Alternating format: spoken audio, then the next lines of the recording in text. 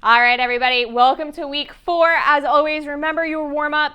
Go out, get on a run, do a walk, do some warm-up tasks. But let's jump right in. So for round 1 today, as always, we're going to start with a hopping task. So the first thing we're going to do, we're going to actually do alternating single leg pogos. So basically, we're going to go 1, 2, 3, 1, 2, 3, 1, 2, 3, and keep switching, right? If that is too difficult for you, feel free to either stay on one foot for a little bit longer, or you can do double leg, okay? Maybe just go a little higher today. The second task for this round is going to be a banded march similar to last week. However, what you're doing is you're gonna draw your leg up and out to the side, and then bring this other leg up and down. And then you're gonna do the same thing back to the other side. Okay, so that's round 1. Basically do 10 to 15 of each of those, okay, as you kind of go through it. So you can count to 15 here, and then we'll move to round 2. So round 2 is actually a step up and over the block and a bridge on the block, pulling your knees to chest, band on your toes. So for the up and over, right, okay, I actually prefer to kind of step over it. You're going to go ahead, step up, right, step down, come back up, and tap back. And we're just going to repeat that, right? You'll do one side and then the other. The second thing that you're going to do here is get your heels on the block. Band is on your feet. You'll lay down, right? You're going to go ahead, lift up, pull one knee up, back down, and then the other side, okay?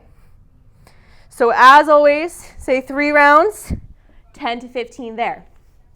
The next things that you're going to go into, we're going to do calf raises on the block, and then we're going to work on a hip airplane today. So calf raises on the block, you'll go ahead, stand on the block.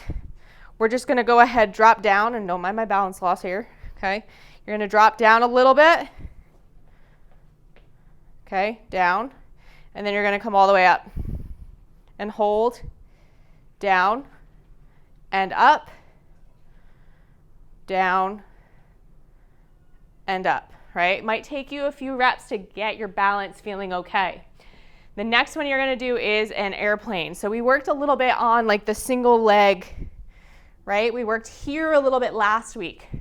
What we're gonna add to that is you go ahead, and what you're going to do is rotate open. So if I do this from the side, what you're going to see, and I'll do it this way, right?